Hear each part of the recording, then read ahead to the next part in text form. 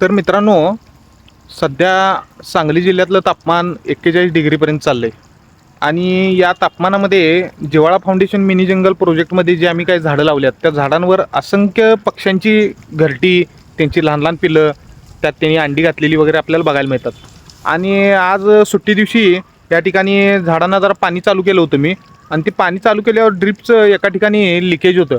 आणि ते माझ्या मागं बघू शकताय, त्या ठिकाणी लिकेजचं पाणी असं वाहून थोडंसं साठलं आहे.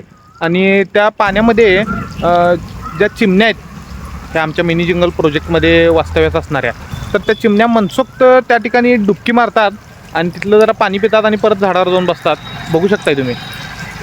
या व्हिडिओच्या माध्यमातून मला एकच सांगायचं आहे, काही ठिकाणी असणारे पाण्याचे लिकेजसुद्धा एखाद्या प्राण्याला, एखाद्या पक्ष्याला आपलं जीवनदान देऊ शकतात. अजून थोडं दिवस अजून उन्हाळा आहे, तर त्या उन्हाळ्याच्या दृष्टीनं तुम्ही देखील तुमच्या जागेमध्ये किंवा तुमच्या घरामध्ये मॅक्झिमम झाडं लावाच, परंतु निदान पक्ष्यांना किंवा प्राण्यांना पिण्यासाठी अशा पद्धतीची काहीतरी व्यवस्था करा.